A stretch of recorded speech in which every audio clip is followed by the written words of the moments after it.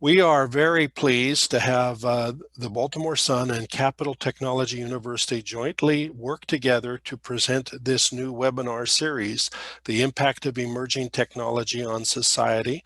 And our presentation today will be the first of 4 presentations that we will hold over the next few weeks.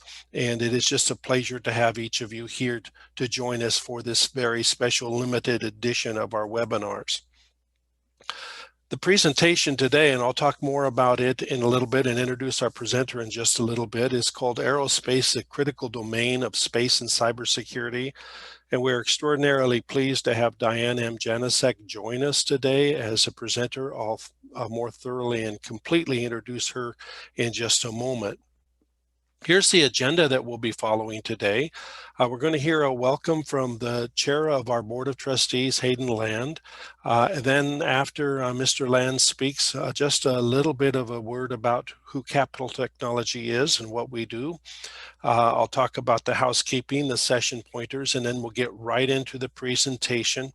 And following the presentation, we'll open the floor for questions. We'll handle all of the questions in the text chat, and so but you can enter them at any time, and we'll answer them toward the end of the presentation. Then at the very end of the day, or of the webinar, excuse me, not the day, it's only an hour long, we'll talk about how to get a copy of the recording, the slides, and a certificate of participation. With that, I'd like to introduce Hayden A. Land, the chair of our Board of Trustees, and give him the floor. Thank you, Bill, for that kind introduction, and I appreciate the effort that you are putting into these webinars, and excited about the speakers that you have lined up.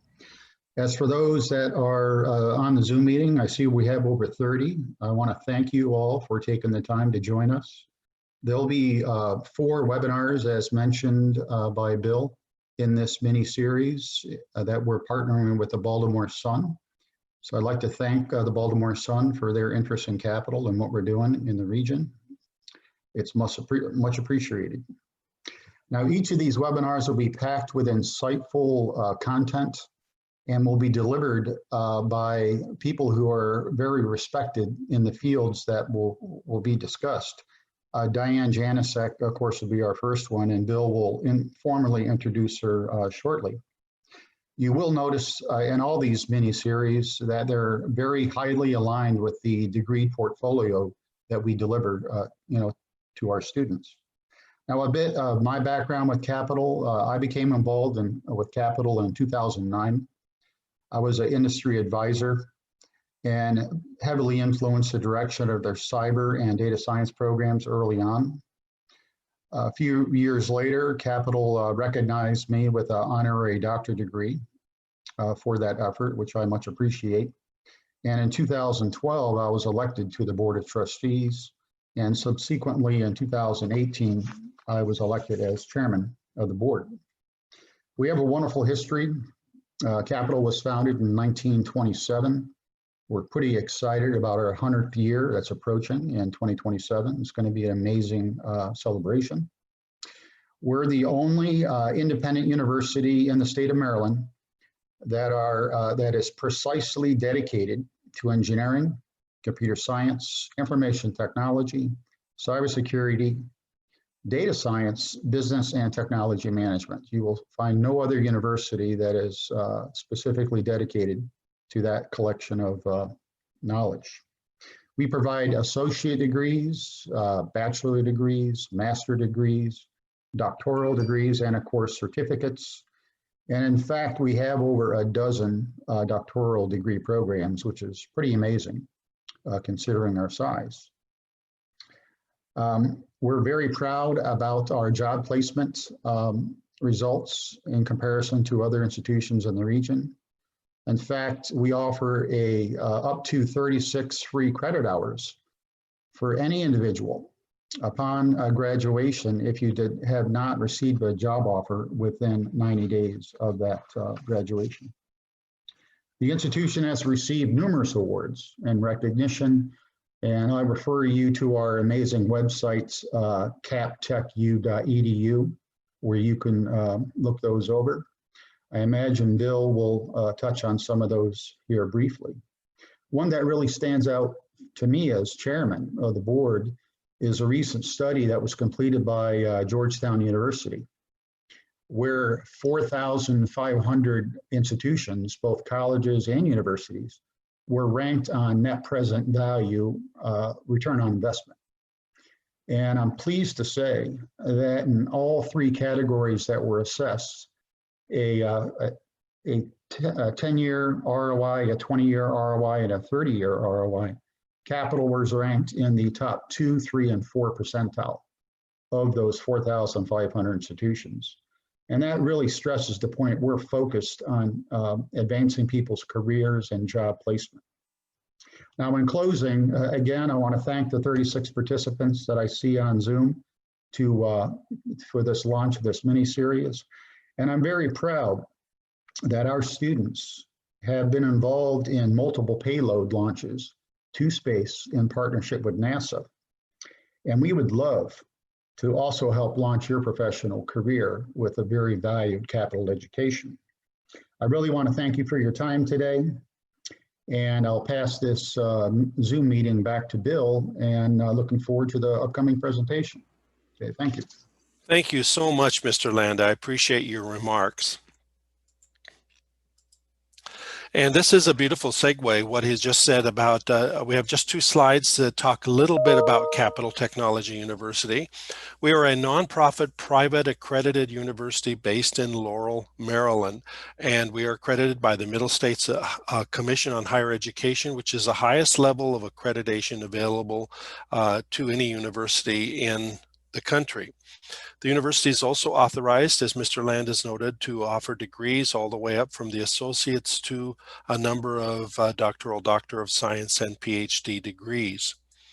We're an award-winning, and again, Dr. Land mentioned this, but I'd like to mention again that just this year we won the 2020 SC Media Award for the best cybersecurity higher education program in the United States.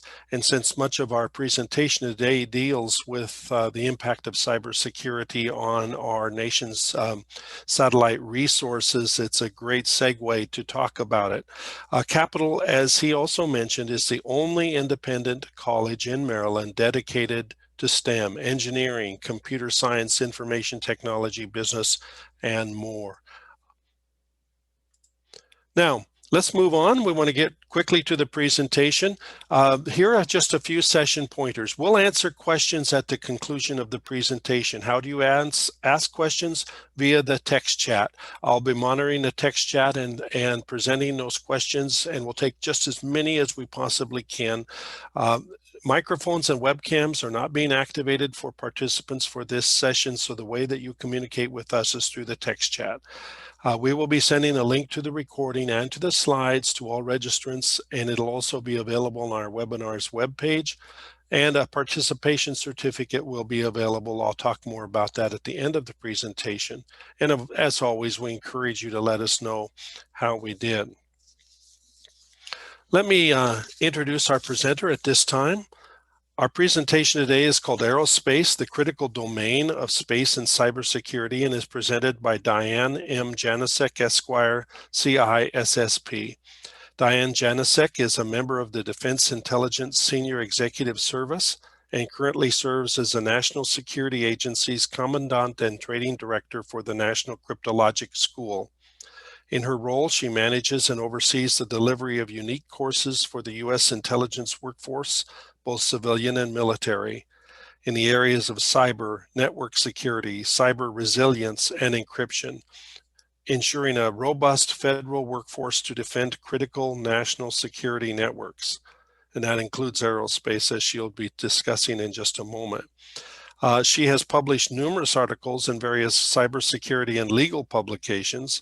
She serves as an adjunct professor for the National Intelligence University's Master of Science in Strategic Intelligence, and she serves on the board of the advisors of the Military Cyber Professionals Association.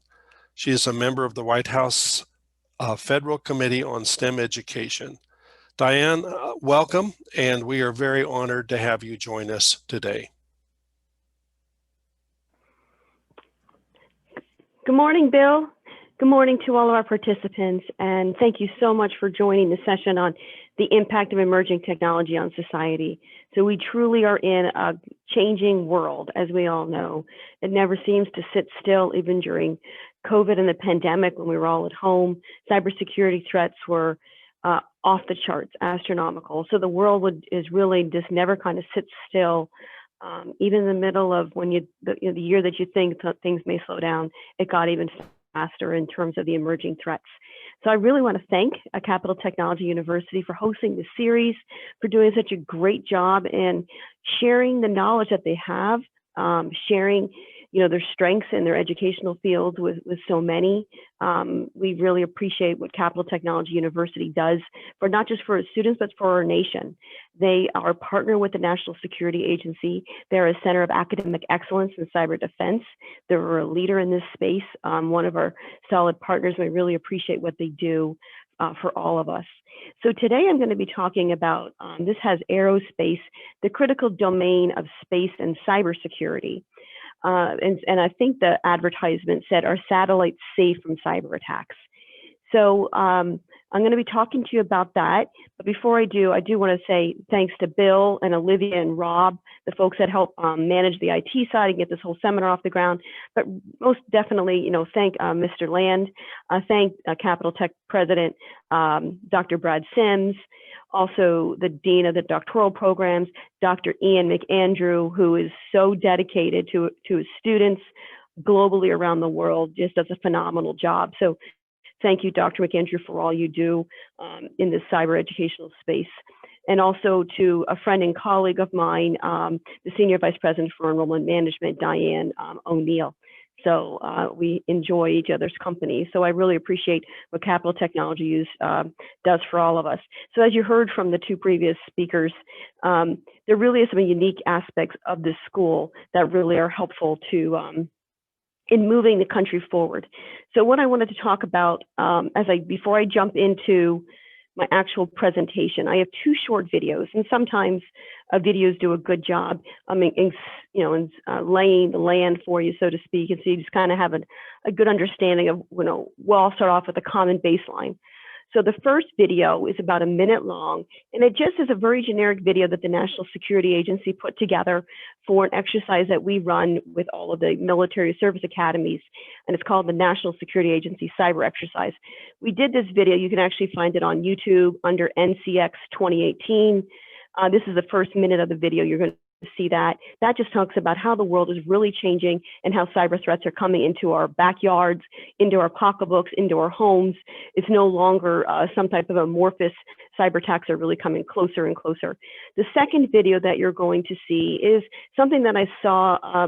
It's a couple years old, but it's interesting. It's about 3 minutes long. And it talks about war in space, and it sets up a scenario as if there was a war in space. And so you'll hear about that and how it really will impact all of our daily lives in terms of getting gas at the gas pump, going to the bank account, using the ATM, be able to use your cellular phone. It will talk about all those things should a war in space actually break out. And then I will take it from there, and I'll kind of dissect that a little bit, say, what does that really mean? Is this plausible? Could this happen? And what are the real threats today? So hopefully by the time you walk away from this space, you realize that yes, it's realistic in terms of some of the things that are happening.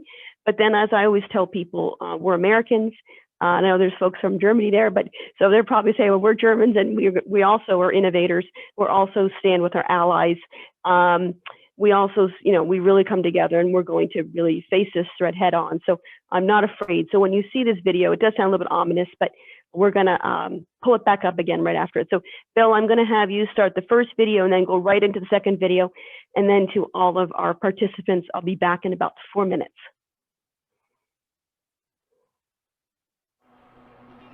A cyber attack shut down computer systems across the country for several hours today. Networks remain extremely vulnerable to malware. Many institutions and people simply ignore the risks. As an increasing number of events infect the ether of our digital world, cybersecurity emerges as a crucial component of strong national defense. As much as 100 terabytes of data was hacked. The cost of the breach could reach $4 billion. Cybersecurity isn't merely safeguarding servers, switches, and chips. It is securing your school, your job, your home. It protects your friends, your family. Cybersecurity stands on guard for you. Since 2001, the crucible to challenge.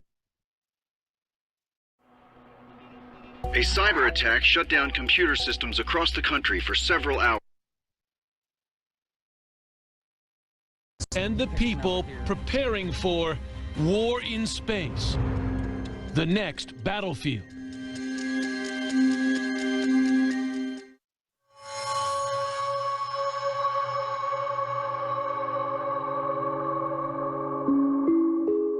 As the sun sets and the nation goes to sleep, the battle for supremacy in space is about to begin. One final night before Americans wake up to a new and daunting reality. 10 a.m. New York, 7 a.m. Los Angeles. Cities normally buzzing with the morning rush suddenly stall. TV networks start to go dark. Internet connections run slow. ATMs begin to malfunction. There's confusion, no panic, not yet, as stealth cyber attacks are racing through the U.S.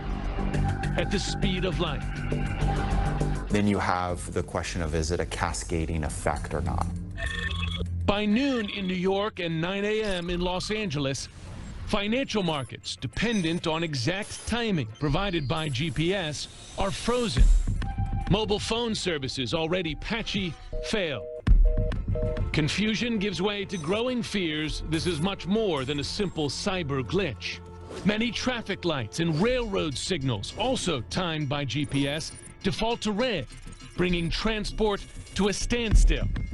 Commercial air traffic is grounded as pilots lose navigation and weather data. Power stations and water treatment plants begin to stop functioning. This feels like utter science fiction, and yet it's not. Promoting track 1-2. By now, Americans know the country is under some kind of attack. This is Sibbers. We're detecting a space launch on it. And they look to the armed forces to spring into action. Stand by. Data building is slow. 8-0 on tag departure. But the world's greatest military is struggling to respond. Military pilots and drones lose contact with the ground. GPS-guided smart bombs are rendered dumb. Warships lose contact with commanders. This is the nightmare scenario, chaos on Earth, as our adversaries launch a massive cyber attack on key infrastructure and disable and destroy our satellites in space.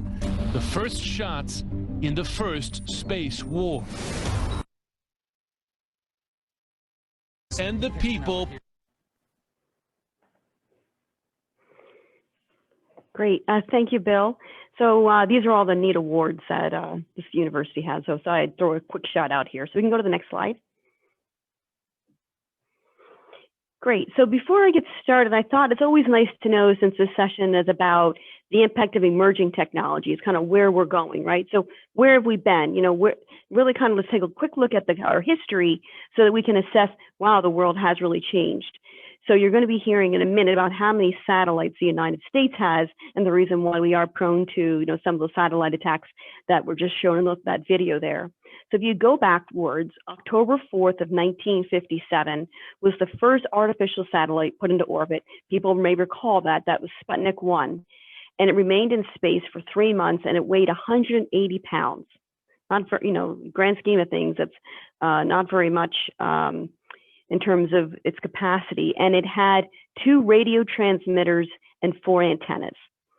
So then you fast forward to today, SpaceX, which you've probably seen a lot of those things out there, and the Falcon 9 launch is out there. That was the price tag on that for the Falcon 9 launch for sale has got a $57 million price tag. So today the satellites run between maybe $10 to 400 million, depending upon what payload you're looking for and the sophistication of it. So it's pretty dramatic, and you're going to be hearing in a few slides forward the amount of investments that are being made by both Russia and China in the space satellite industry. So a lot of money being spent today. So the size of a satellite, some of you may be saying, what's the size of a satellite? What do they kind of look like? Actually, the backup slide, which you'll see when I'll post them, I have a backup slide that has just a photo of just a satellite. Satellites can be as small as a school bus or up to about 6 tons. That's pretty big. And some can be as small as 4-inch cubes or 2 pounds. So it really depends upon what you're launching and how that's going to work. And if you can remember that smaller one, that will play as I talk about what happened this summer in July with Russia. So the launch of a satellite is pretty complicated business, but they're pretty important. So the capabilities that you just heard on that video there, it talked about what do satellites do? Oh, I forgot to mention, what do satellites do in terms of their on orbit around the Earth? They could be 500, 1,200 miles away, even more than that. The low Earth orbits are about 1,200 miles away. Chinese ASAT missiles can go about 500 miles away. So some of the lower satellites that are out there can be hit from the ground, which is one of the issues that are going on today. So I just wanted to do that to give you like a visual of how big are they, how complicated, what the size of them are, what the price tag is. So sometimes it's hard to have that reference, right? We don't see things all the way up in the sky, and you don't usually hear too much about satellite deployment. So I wanted to give you that visual. So satellites are used in the United States for GPS, time, location, weather, traffic. We use them for, you heard in the video, ATMs, video conferencing, satellite TV, inventory control, very much used for inventory control. Broadband, air traffic control, sea navigation systems, all the navigations that are used in the car. The military uses it, of course, for the entire spectrum of conflict in terms of warning and guiding and informing decisions for our military. So it's pretty significant in terms of the reliance upon satellites and where we've gotten to from that time when it was, Sputnik 1 and where we are till today. So we can go to the next slide, Bill. So here's a couple of nice pictures of satellites I included. And as I said, there is other one that's in the backup. So you'll see the one that they call those the ground segment. The one that you can actually see is where the receiving station is on the ground, where it literally is touching the Earth. That's the ground station. So you're going to be hearing a little bit more about the vulnerabilities between the ground and the satellite. So what you're going to be seeing in another slide coming up is you have the satellite, way up in the sky, depending upon what orbit it's going at. Then you have a ground segment. And then it has to have an uplink and then a downlink. So one's got to go up and one's got to go down. So those receivers on the ground are very much subject to attack. So I'm going to be talking about that in another slide, but I wanted you to have this visual. I'm hoping this is helping you kind of visualize it in a way that you may not have thought about before, because sometimes it's hard to understand satellites if you don't work in this space.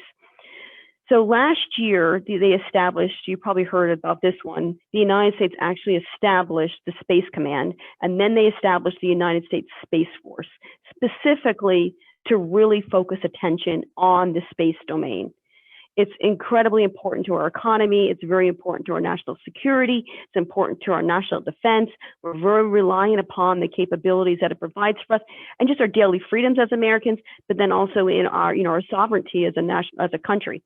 So because of that, the United States military decided to establish the Space Command. So it's a critical domain.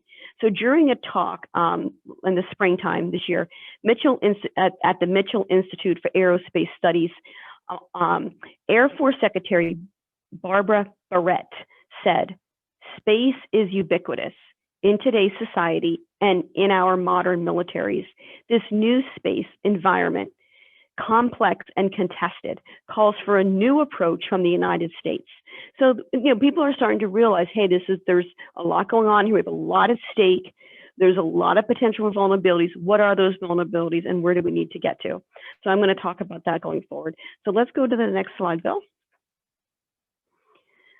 So talking about looking back, so we know we're going forward in terms of the impact of emerging technology. I thought I'd throw this slide in here. As you said, it's from NASA, and actually Capital Technology University is very close to NASA headquarters down the street here.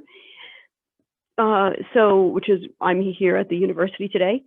So this slide, it shows the debris from the Chinese anti-satellite tests in 2007. So you're thinking, well, why is 2007? Well, why is that relevant? It was really relevant because the Chinese used one of its own satellites to take out a weather satellite. So it said, hey, it just took out its own satellite. It's kind of like, hey, I have two cars. I use, I want to figure out how to drive one. I'm just going to, I'll smash my other car. Well, it doesn't happen that way in space, right? The debris's got to go somewhere. The car may just sit in your driveway smashed up because you wanted to figure out how to drive. But if you actually destroy a satellite in space, that debris just goes everywhere. And it's expected to stay for a few decades. So you saw on the previous slide, those really, really intricate satellites. I mean, the way those things are connected with, gold thread, a piece of debris is pretty significant. And we're not the only country that has satellites. So many, many, many countries are very upset over what happened in 2007 because of the space debris. So that in and of itself was a big problem and an impact. So we can go, so that happened in 2007. So what I wanted to mention was that was a test, right? They just like research and development test, how are they doing? And it was a pretty blunt test. Like I said, it was like a blunt force, hey, can we do it? And they could take it out. That's pretty significant. That far away, they were able to take out one of their own satellites. What has been happening now is the research has been done, and Major Diane Janosek of the U.S. Air Force just published in June that what they tested back in 2007 is now operational. So it's real, it's more refined, more capable.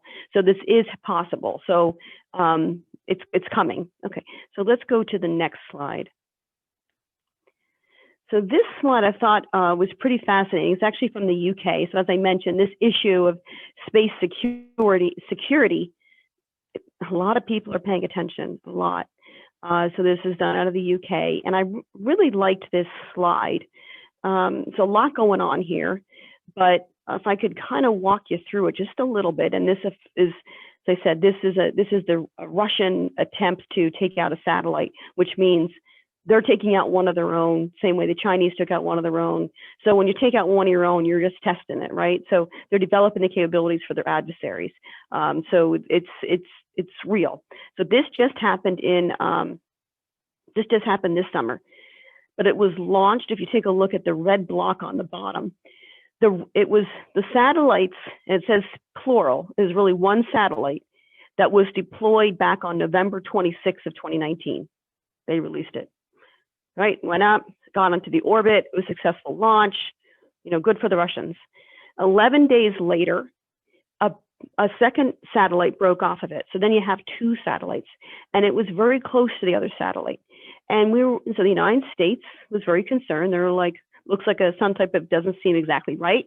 They asked about it, and the Russians said, nope, it's an inspector satellite. It's just tailing it. It's just, wants to make sure it's going okay. And nothing to be alarmed about. Nothing to be alarmed about. So nothing to be alarmed about. Okay, so that you fast forward then to July. So that second satellite that you see to the right there, it says Cosmos 2543 satellite. And I did take Russian in my lifetime, so I wish I could say it better, like with a Russian accent. But the Cosmos 2543 released a projectile. So that was a weapon. You see that it actually released the weapon. They're calling it, Russians call it a projectile. We call it a weapon. What else would you call a projectile? Going out and going to attack something else.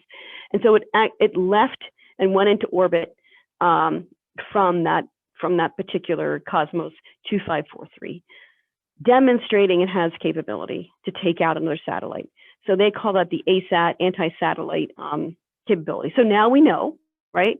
We know our two major adversaries in this space, both Russia and China, have capability. So that's alarming, but we're moving forward. So let's go to the next slide. So this is where we should put you back into a little bit more at ease in terms of the assets that we have. So the Sputnik 1, was not the Americans, and we sure enough that we're investing in that. I'm sure a lot of you remember people rallying behind NASA, behind our country, and really developing its capabilities in space over the last 5 decades. So we very much have invested, and our economy has benefited from that investment in space. So we have, this is kind of an awkward slide, but it's a great report. If anyone is interested, it's at https www.nasec.airforce.mil. This is what it looks like. There was a report that was put out. You can see that, competing in space, and was put out by the National Air and Space Intelligence Center. So it's a really neat slide. I was a little bit busy. So real briefly, the United States has 353 ISR and remote sensing satellites. We also have another 391 communication satellites. That's a lot. Another 31 navigation satellites and 94 science and technology and development satellites. So that's 869 total for us. So our competitors aren't anywhere close to that amount. So we are really, we're really much into this area. But what it does is, you have a lot of assets, you also have a lot of risk, right? So we got to be just thinking through this. How are we thinking about what those risks are? And that's the thing we'll be talking about today. So this is a busy slide, but it does help to say, yeah, we've got the lion's share of assets, but I said we also then would have the lion's share of risk. So let's go to the next slide, Bill. Great.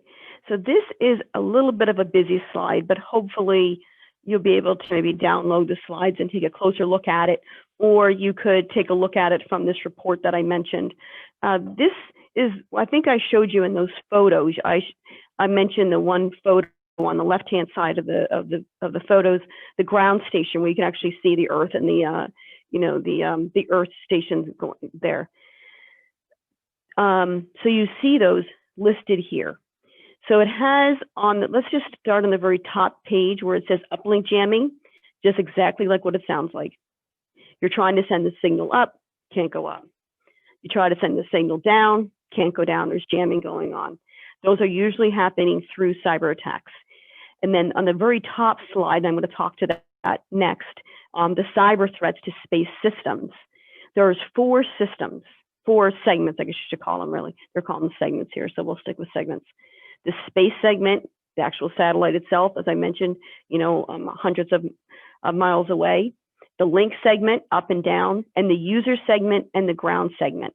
So those are all pretty important 4 aspects that are subject to attack. So let me see, Bill, let me see what the next slide is. Okay, if we could go back one slide, I'll talk to, I wasn't sure if I had more on this. So I'm going to talk to this slide. So we're going to leave this slide up for just a little bit while I talk about this, because it is kind of a busy slide, but hopefully I'll be able to walk you through a little bit more of this. So foreign competitors and adversaries are capable of conducting electronic attacks to disrupt, deny, deceive, or degrade space services by attacking the segments, as I mentioned, on space, ground, through the user, or through the links themselves. They can do this by jamming the signals, conducting denial of service attacks, introducing malware, spoofing, hijacking, and hacking. Spoofing. In 2015, you could spoof data to the global star system for just $1,000. So it's probably even cheaper now to do spoofing. In 2017, there was a RAND report that said the hijacking is really the most scary and very plausible. Hijacking is when you can literally start to control the satellite. It did happen. There was an actual hijacking of, I'm going to find where it was. There was a hijacking that occurred of a satellite a few years ago.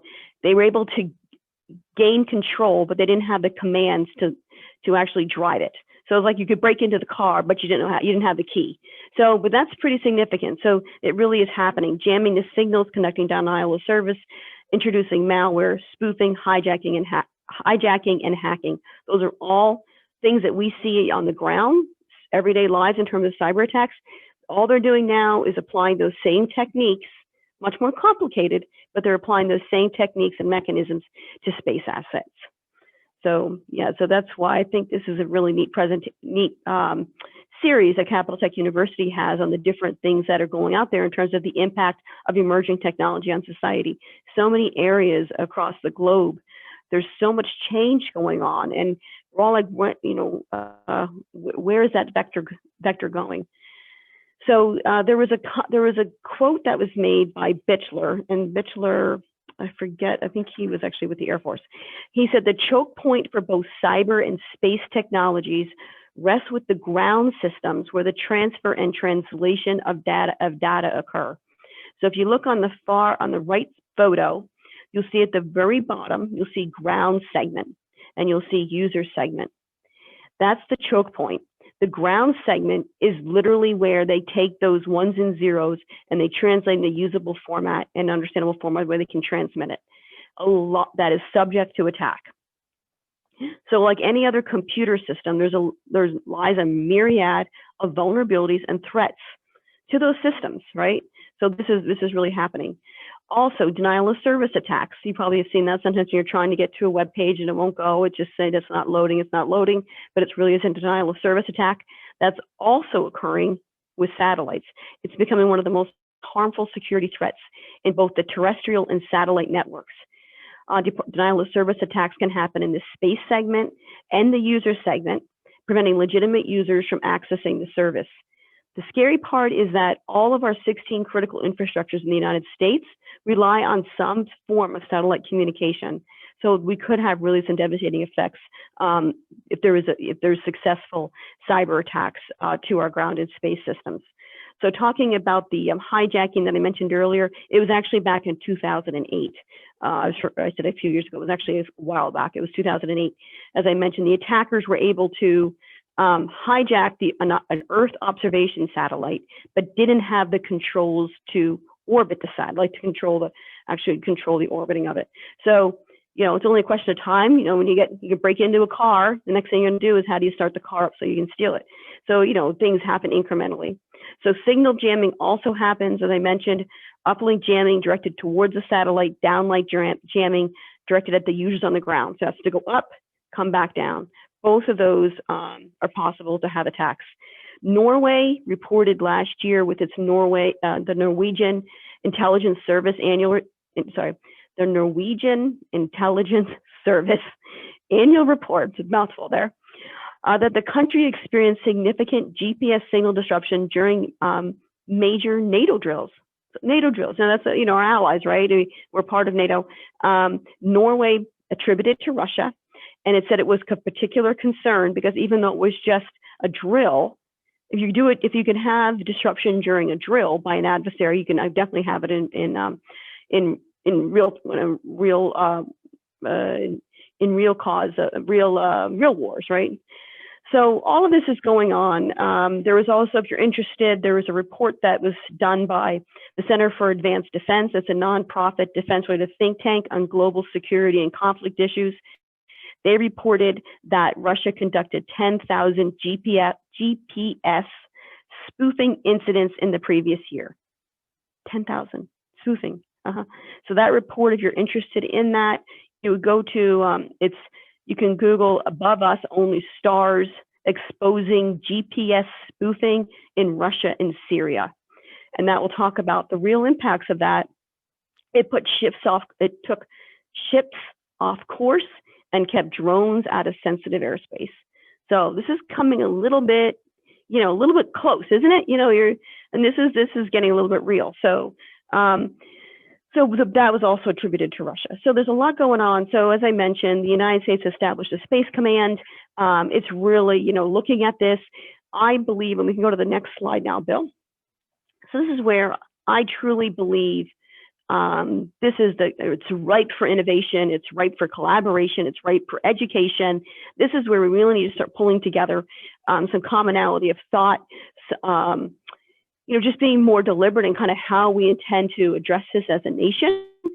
and pulling together industry, academia, and government. So obviously I'm from the government side. Capital Tech University is from the academia side, and then you also have the industry partners as well. So there needs to be a broader consortium to come together and really think through more strategically how to address these so that our everyday lives, regardless, where you are in the globe, are not impacted by some of these cyber attacks that are definitely occurring and evolving and getting more sophisticated and more deliberate. So collaboration, I always say cybersecurity is a team sport. It's the way that you have to, all hands on deck. It requires multiple disciplines to be successful, technical, legal, policy. It just has software integration, systems engineering. There's so many aspects of it that are just so data science, AI. There's so many aspects of it that need to come together. Education. So we need to do that. So I'm on the education arm with the National Security Agency. As they mentioned, I'm NSA's chief learning officer. I was a chief legal officer at one point, but I'm NSA's, not for NSA, but for NSA, I'm the chief learning officer, very much dedicated to the educational development of our military and civilians that work in this space. And then I also run as part of a team project, that team thing that we work on at the school as well, is we run the Centers of Academic Excellence for our country, where we have 330 schools in our nation that have been designated to have very rigorous standards in this space. And then the collaboration with industry. So there's a lot of opportunity here. And like I said, I just love people that work in this field, in the emerging technology field, in the cybersecurity field, in the space security field, because they're just very inquisitive. They like to learn. They always want to say, what's around the corner? Are we prepared? What countermeasures do we need? What should we be putting into our own systems before we deploy them so that they're safer and more secure? What's the impact on the end user? So it's really an interesting world that we live in. And but this field has got amazing professionals, and they're just fabulous. So I'm very fortunate to be working in this space. So I believe I'm at the end. So I know they wanted me to make sure I left a little bit of room for questions. So I'll just end on this last quote by Major Zavitsky of the Air Force. Space is a new high ground in great power competition, and the United States must secure and maintain its superiority there.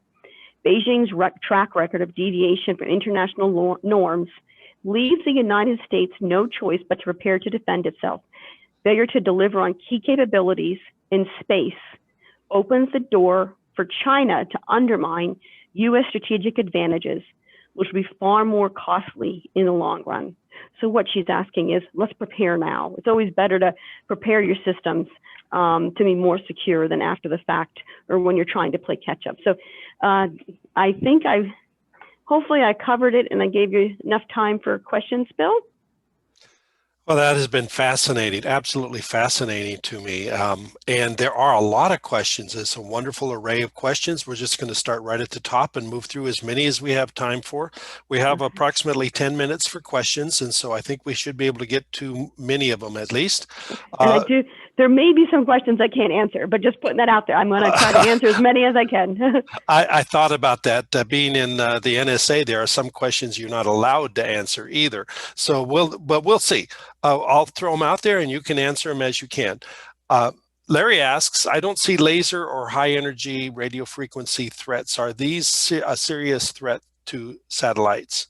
Yeah, I didn't cover them in my presentation. I was trying to keep it high level, but there is a lot of research actually out there in terms of where the capabilities are going. So, yes, but I don't have that data with me.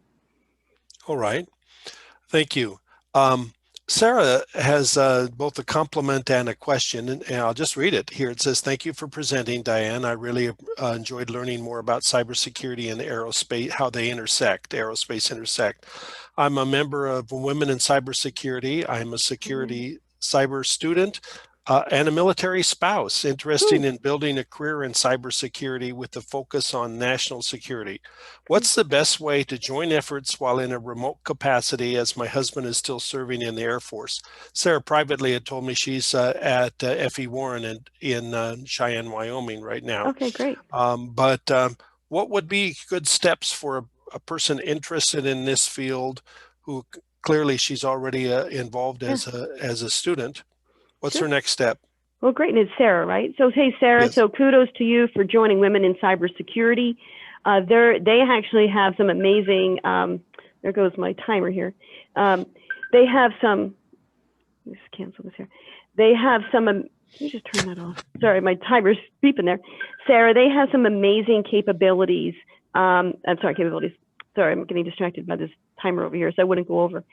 Right off of WICYS.org, WICYS.org, there's resources right there that are available to all members. There's also a veterans group, and the veteran has scholarships for different seminars and things like that to spouses of veterans. So you'll get some discounts for being a spouse of a veteran as well for some of those events such as learning AWS and different things along those lines. So a lot of opportunities are there, but the reality is that education now is mostly remote, so you can do it right from Cheyenne. There's a lot of education here. Capital Technology has obviously online education platforms that are really phenomenal. So just because you may not have a local university right there, definitely explore what you're interested in. Take advantage of some of those free resources right off that webpage there, off of WICYS.org, or the technical presentation that they have. Find out what you like. It's a pretty broad field, and then study in this field that you kind of are interested in as a subdomain within cybersecurity. Thank you. That's a great answer. This next question from Nawachu William, I think I'm going to have to just read it, and I'm not sure I even understand it, but I hope you do. Aside from signal jamming, how are satellite data protected from a MITM attack? And he says, being involved in cryptographic research, what is happening in the area using enhanced cryptographic algorithm quantum computing to provide effective security for space signals? And I hope no one asked me to start over with that enhanced cryptographic. I don't think I can say it twice. Larry did say, the MITM is the man-in-the-middle attack. So those are definitely occurring. But I don't think I want to answer the second part of that question. There's things going on, but I think I'm going to defer. All right, that's very fair. Alan asked a question that I'd actually wondered about when I first saw your slide a few days ago. What's the difference between Space Command and Space Force? Are they one and the same? One is within the other. Okay. So, yep, I had to look it up myself because I was so confused when they first announced it, and then you felt like they announced the second one. The Space Force is literally the folks that are assigned to the Space Force. The command is at a higher level. It's like a functional command, like the United States Cyber Command is a functional command. If you go to, I thought I brought it with me, but I don't think I did. You can actually Google it. They have an awesome fact sheet right on their webpage. What is the Space Command? What is the Space Force? Because it was confusing for me at the time when it was being announced, because they already announced it. What are they announcing the second one for? So it's a very nice fact sheet and easy to, it explains it way better than I just did. I wanted to throw out a compliment to you from personally, because having listening to you talk about the Space Force, it kind of finally clicked for me. Before, I kind of didn't really understand why we needed it as distinct from what the Air Force or the U.S. Army or anybody else is doing. But now I begin to understand that the goals and objectives are quite different from terrestrial enterprises.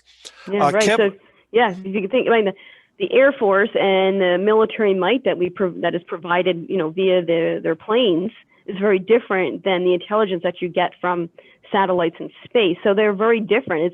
They seem like, they're both, kind of out there, but they are very, very different mission sets. So it's actually great for the country to have this dedicated mission.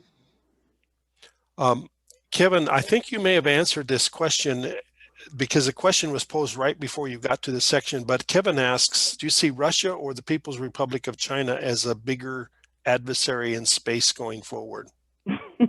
I think we answered that.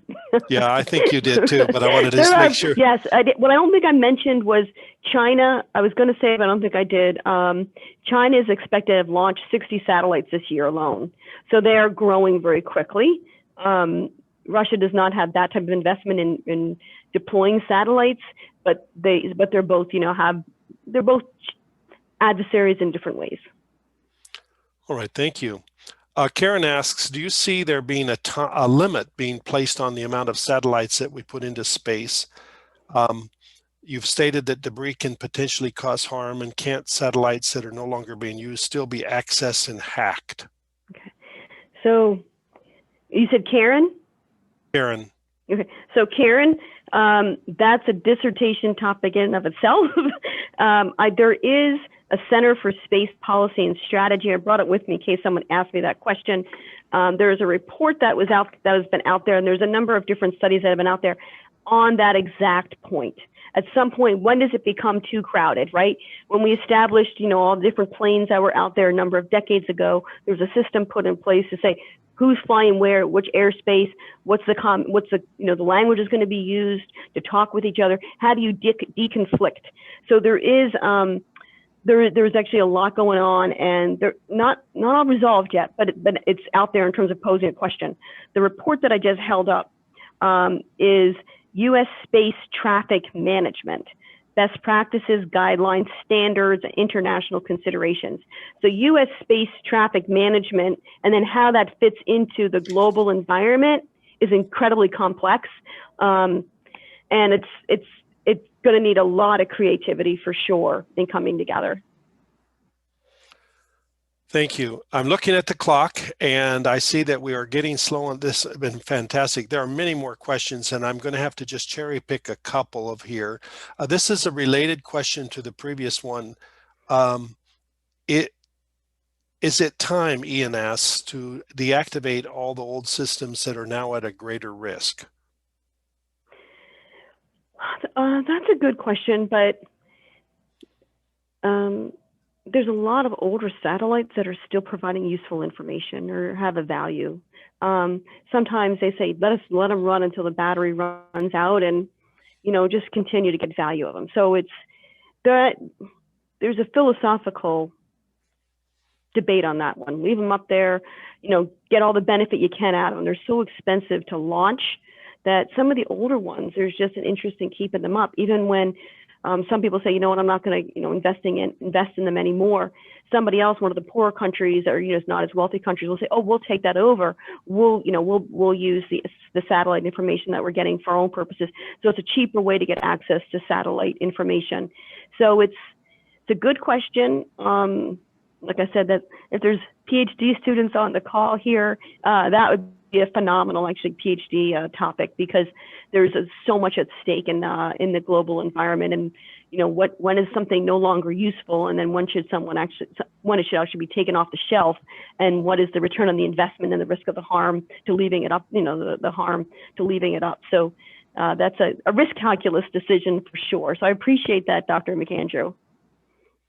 All right, we'll take one more brief question. Well, the question's brief, the answer may not be brief, but several questions had to do with who is policing all of this.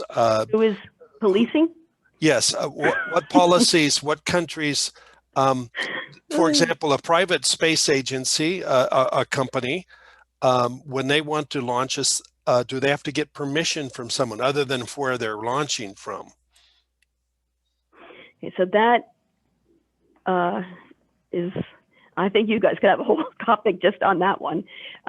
This is what I was saying with respect to space congestion and space deconfliction and coordination is really not resolved right now. I brought with me another document in case it came up. So these guys, everyone's asking the questions I thought that might come up. There was a presidential document that was put out called Space Policy Directive 5. It was just issued on September 4th of 2020. And this Space Directive 5 does talk, Bill, about that very point, about commercial systems, not just military satellite systems, going into space and what should be necessary to look in this area. So because there's so much movement, at some point we'll say, wait, policy's got to catch up, right? What's the permissions? What are the protocols? What is the impact of emerging technology? So I loved your session, the title of it, The Impact of Emerging Technology on Society, because it's gotten so far ahead that people are thinking, wait, time out. we got to think, we got to think about this. So, but Bill, before I jump off, my husband, I believe, called in today, and he never does. So I do want to give a shout out to my husband, Jim Janosek, who's been very supportive of me and my engagements with the National Security Agency and Capitol Tech. So I did just want to say hello to him, since it's rare that he ever listens to my presentations these days because life is so busy. But so the rest of you, take a look at Space Policy Directive 5 if you can, if you're interested in that. And you'll see this area is very, very ripe for policy. It's ripe for just collaboration, and really in the global space, collaboration, but then how do you collaborate and get to some agreement with your adversaries? That's when trees come into play. So there is, obviously this is it's a really interesting dynamic world that we live in, and this is a fascinating topic. With that, we will stop the questions simply because I want to try to end at one. And I could go on. There's many, many questions here, but if we didn't get to your question, I do apologize. But I want to stay on schedule. Several times Diane has mentioned our upcoming 3 sessions. I just want to go over them very quickly. November 10th, stop issuing secure credentials to imposters.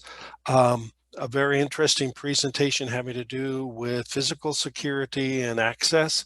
Then on November 17th, we'll look at machine learning, artificial intelligence, and emerging systems. On November 24th, construction safety advances. Most of you realize that construction has typically been one of the most dangerous occupations a person can enter into. And what are we doing to keep those people safe and our buildings safe? All emerging technologies, all webinars coming up. I encourage you to join us for these sessions. Now, we're almost done. We have answered questions at the end, but I wanted to say that a participation certificate will be available to you. We will send out an email with a link to the recording and to the slides. And at that time, if you are interested in receiving a participation certificate for this webinar, just simply let us know, give us the name that you want on the certificate. We'll be delighted. And that applies not only to those watching this live, but also who will view it on demand. With that, we will officially end. We always like to make sure that these end within the hour. Be watching for this email. It'll come within the next 24 hours, and how to get your participation certificate if you request one, and a link to the recording. I'd like to thank our presenter today. I'd like to also thank Dr. Land for joining us and for all the many questions for this. And if you do have additional questions that did not get answered today, feel free to email us, and we'll be happy to transmit them over to the presenters. Diane, thank you again. And I loved your comments with your little shout out to your husband. Yay for husbands. Okay, with this, everybody, we are officially done, and I will stop the recording, and you can log out at any time. Thank you so much, and you have a great afternoon now. Thanks, everybody. Bye-bye.